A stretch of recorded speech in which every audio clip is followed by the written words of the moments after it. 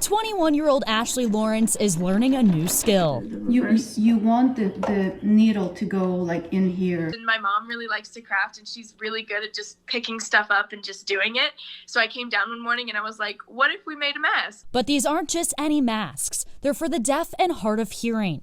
People who are profoundly deaf who use ASL as their primary mode of communication, ASL is very big on facial expressions, and that's part of the grammar. So I don't know if you have seen Virginia Moore on Andy Bashir's things at 5 o'clock, but she's very emotive, and if half of that is gone because you're wearing a mask, then half of what you're saying is being missed. So even if it's not physically talking, just using ASL, then you need to have that kind of access. Ashley is studying education for the deaf and hard of hearing, so this is a bit of a passion project.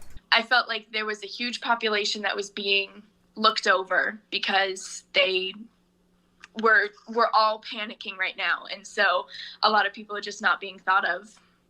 So I felt like that was very important, that even in a time like this, people need to have that communication.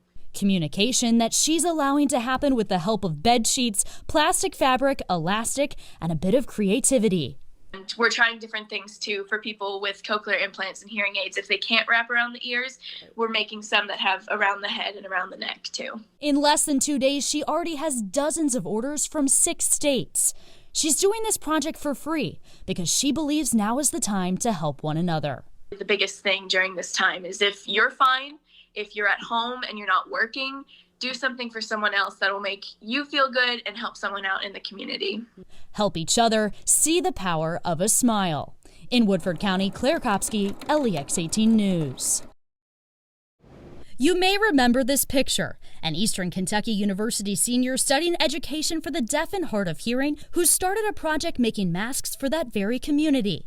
In the last 30 days, she scored a job in Tampa working with elementary students who are deaf and hard of hearing, was chosen to be her university's commencement speaker, and has answered a lot of emails. It's been a month and there's been 10,000 emails. And at some point there were like 1,000 emails a day. The requests for her masks with the clear window poured in from all 50 states and 6 of the 7 continents. It had to have been at least over 20,000 because some people were asking for 1, some people were asking for 10. We had one email that came in that said, we need 1,000 for our staff. But out of the tens of thousands of requests, she only filled a few. We shipped out 100 masks to our local community, and then everyone else, we just started sending tutorials. As she read request after request from the deaf and hard of hearing community and those who just wanted to share a smile, she realized teaching others to make the mask themselves was more important. It's beyond just the giving of the masks, it's the awareness, which is something that I had never thought would happen